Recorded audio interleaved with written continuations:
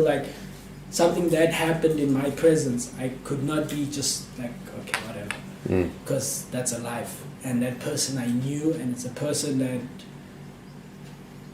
somehow I liked. Somehow she told me her dreams. We got very close. You can imagine if you're taking a 26-hour bus and you 4 days together, you're gonna know a lot about each other. So it drained me personally, night and day.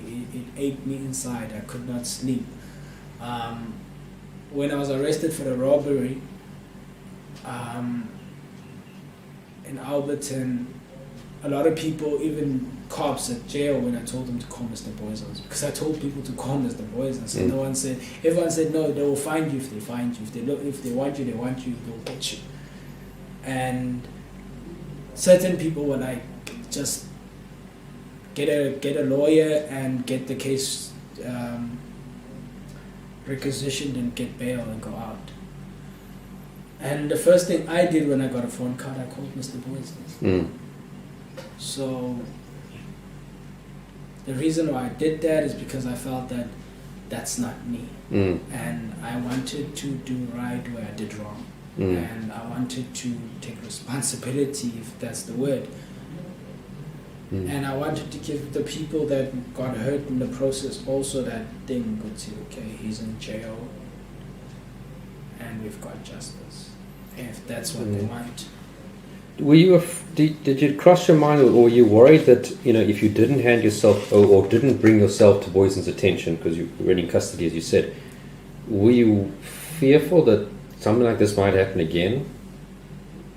Not really. I think all these incidents happened. Yes, they happened 3 times differently, but I feel also that I'm not somebody that you should worry about leaving a woman in one room with me that I would rape her. And I feel that my rapes, especially the rape, because the murder, I feel that it was just a pure, we fight over a knife, somebody gets stabbed in the process, and it was not, if I wanted to stab her, I could have killed her in Durban, I could have killed her the first night we got to Cape Town. So that was not my intentions at all. If I wanted to kill her, I could have got her into Mthatha, where there's much less people, and got her into a bush BNB there, killed her there. So my intentions was never to kill anyone.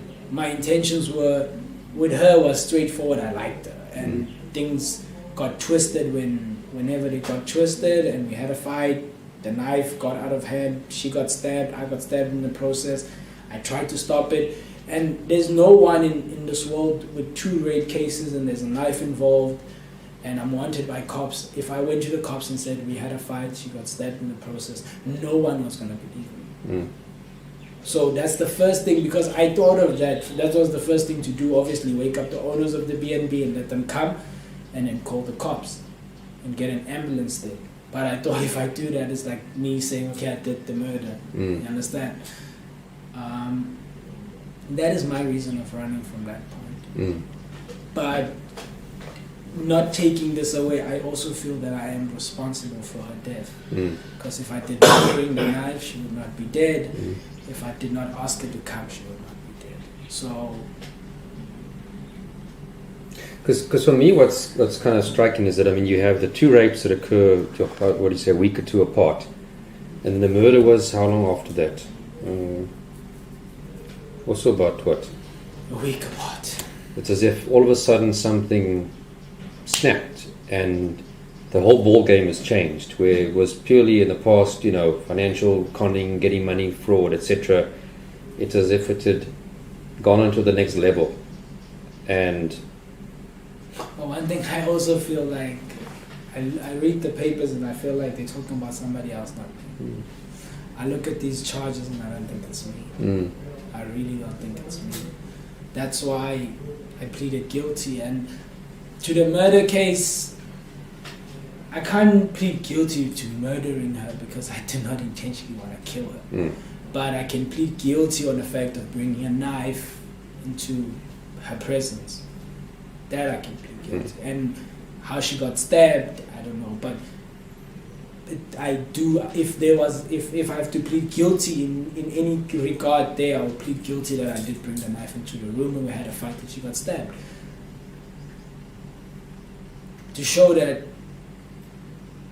how can I say it? To show that I don't feel that I was right. That you're responsible for a death, but it not as a result of an intentional thing that you started out. I'm responsible for a death, yes, that's 100% correct. I'm not responsible for killing her.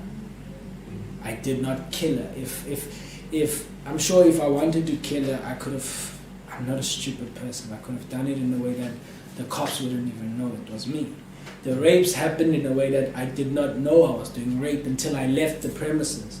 Because if I knew I was doing rape, I could have covered myself up by using certain methods so that my fingerprints were not there and etc. So it only became known to me that I did rape when I left. So that's the way I feel about the 3 incidents. Okay. I don't know, as I said, it's a short time. Is there anything else that you want to convey to me would help me get a better picture of who you are and how things developed into these crimes that you were now charged with, etc.?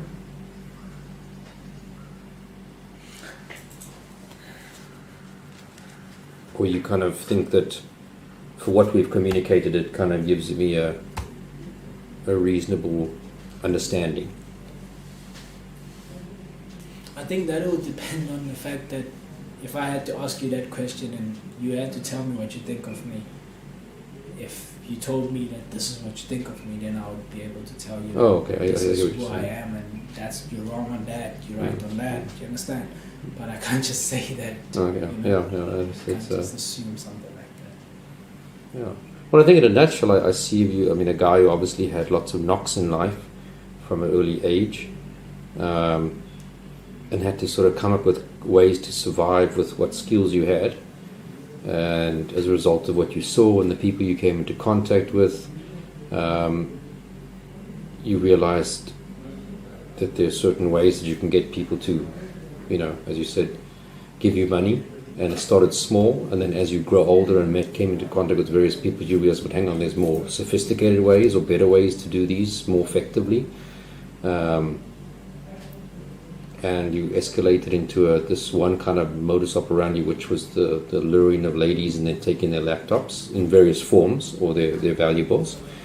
And it kind of just escalated to even more complex and complicated ways. Whether you knew it was going to end up as it did with the 2 rapes, etc. I mean, nobody can know that for sure except yourself. And things just kind of got escalated to the point where they did. I mean, whether the death of that lady was an intentional, not intentional. I'm not a mind reader. I can't, I can't go beyond what you said. It does look like things hit a turning point, and then all of a sudden you had all of these new element to what you were doing, or the envelope went further, whether you intentionally pushed the envelope further, or whether that's just how things developed in the process of these crimes. I don't know. Again, I'm not a mind reader, but it looks like there was some turning point. Whether you wanted it to go there or not, I don't know. But like there was a turning point, and either consciously or unconsciously, things escalated to a totally different level, which you perhaps weren't happy with, which is why, as you say, you basically did want to turn yourself in, and ultimately, after you picked up for the other case, called Boyson and said, please, here I am, come get me. Which we obviously appreciate. Thank you for doing that, And thank you, obviously, as I said in the beginning, thank you for pleading guilty. It saves a lot of pain and suffering for these ladies to come and have to obviously go through a court case. So,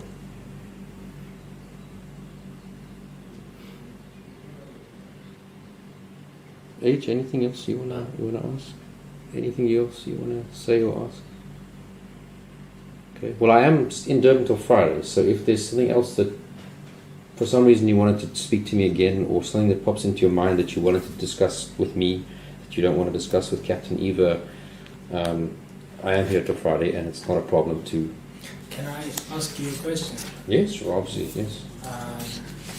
Based on that Cape Town case, it's obviously probably my next hurdle in life after pleading guilty here.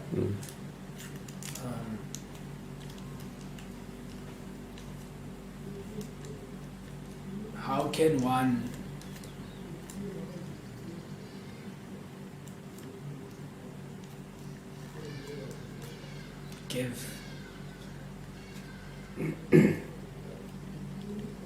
not give justice, because life is a life,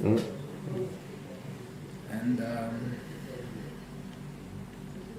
to her family, and I know that she was buried apparently last week, Sunday.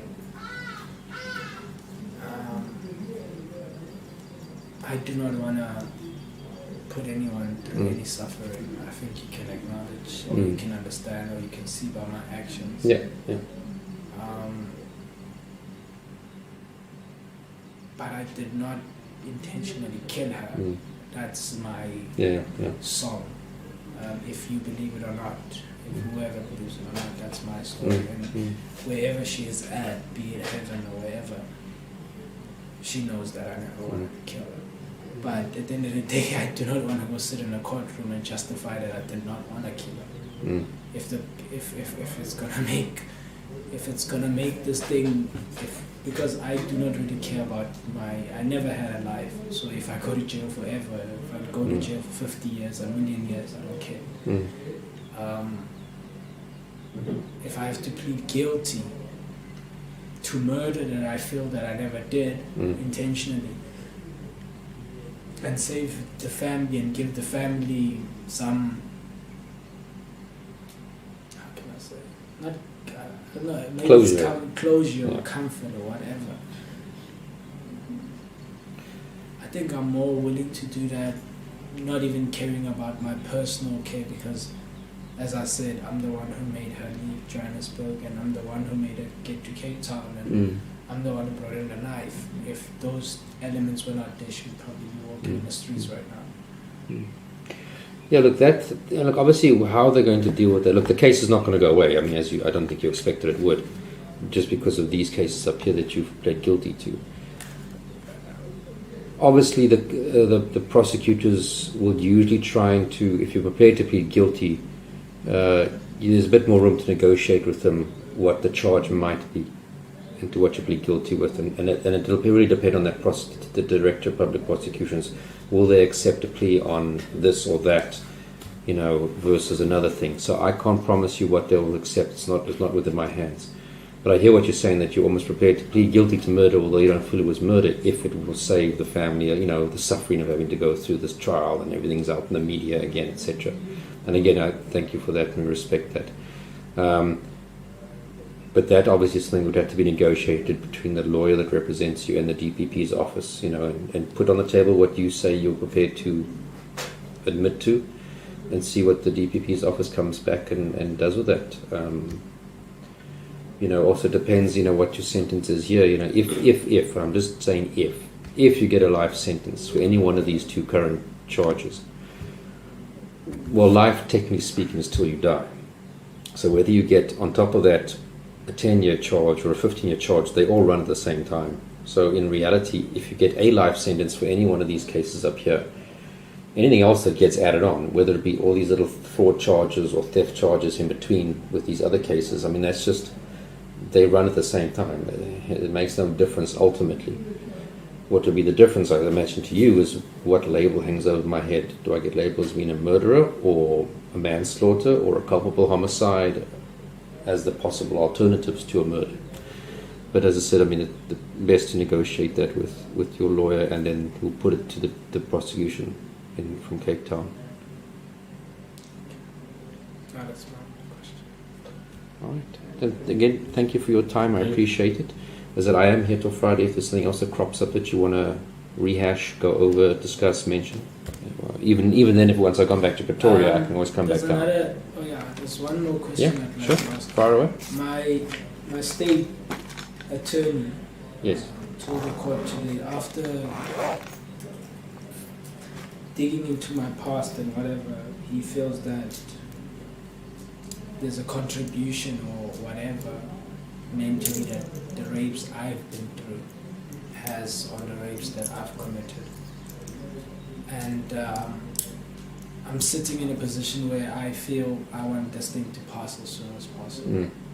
But I also, as a human being, want to be one day free. Mm. I think that's, despite the fact that I feel guilty and Yeah, I yeah. feel that I'm wrong. Sure.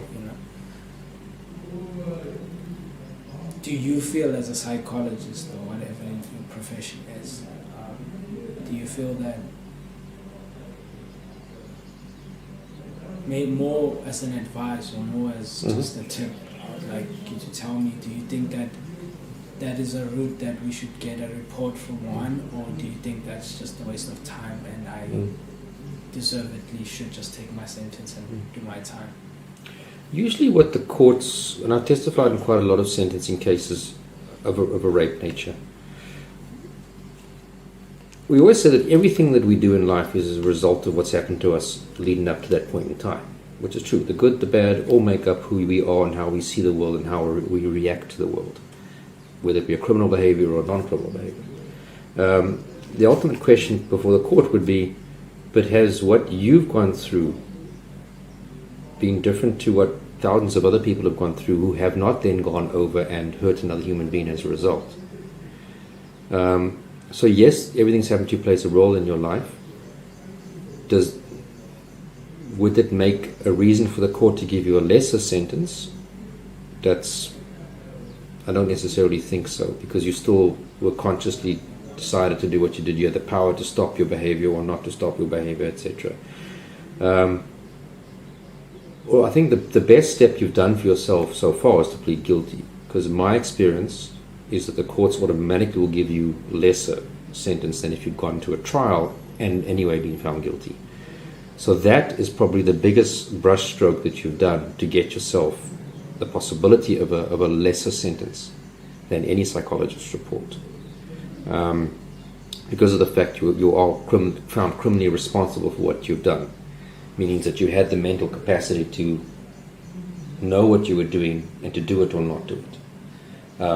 Otherwise, the court couldn't have found you guilty if they felt that you were not criminally responsible for your behaviors. I can't say to you don't get a psychologist's report or do get a psychologist's report.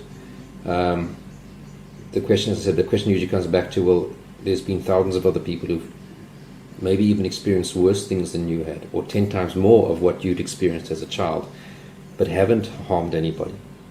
So it's not a direct cause and effect. If you follow my line of argument, your lawyer has to ultimately follow what you say. They advise you, but ultimately you're the client. And if you say, "Look, drop the report, let me start serving my sentence," and not delay the whole process by 2 or 3 months to get the necessary psychologist's report, which the prosecution would have the right to challenge in court in some way or another, and then they might ask me to assist and give them advice, etc., or to also compile a report. Ultimately, it's, if you are going to get a sentence of a couple of years or more, 10, 15, however, 20, over many years, waiting a month extra isn't a big thing in the greater scheme of things. You obviously don't start serving that sentence until everything's finalized. So if you postpone this matter for 3 months while you get a psychologist's report, your sentence then only starts once you're given it. You don't get time due, as they talk about in the United States, for the time you're now currently sitting in prison. So I don't know if I've answered your question. I think hopefully I've just given you different perspectives on that question. I would be hesitant to say to you, don't go with it, but if you just want to get things over finalized, I don't know how much of a difference it'll make in the end. Ultimately, the court has to decide that. So I can't, that's why I'm hesitant to say, do it, don't do it. I'm sorry, I don't know if that's answering the question, but that's perhaps the best way I could try and answer it. Anything else? No, thanks. All right. But thank you for your time. Thank I you. appreciate that you were prepared to speak to us and be open with us with what's happened in your past, but also with these crimes. And as I said, I am around till Friday, and if needs be, I can always come back from Pretoria back down here again at a later stage if it was necessary. All right. Thanks. Thank you. Okay, so it's now just about 3:45, and that's it. All right. Sorry, I took you a lot longer than I think they were expecting. I was going to keep you, but I'd rather do a thorough job than a not thorough job.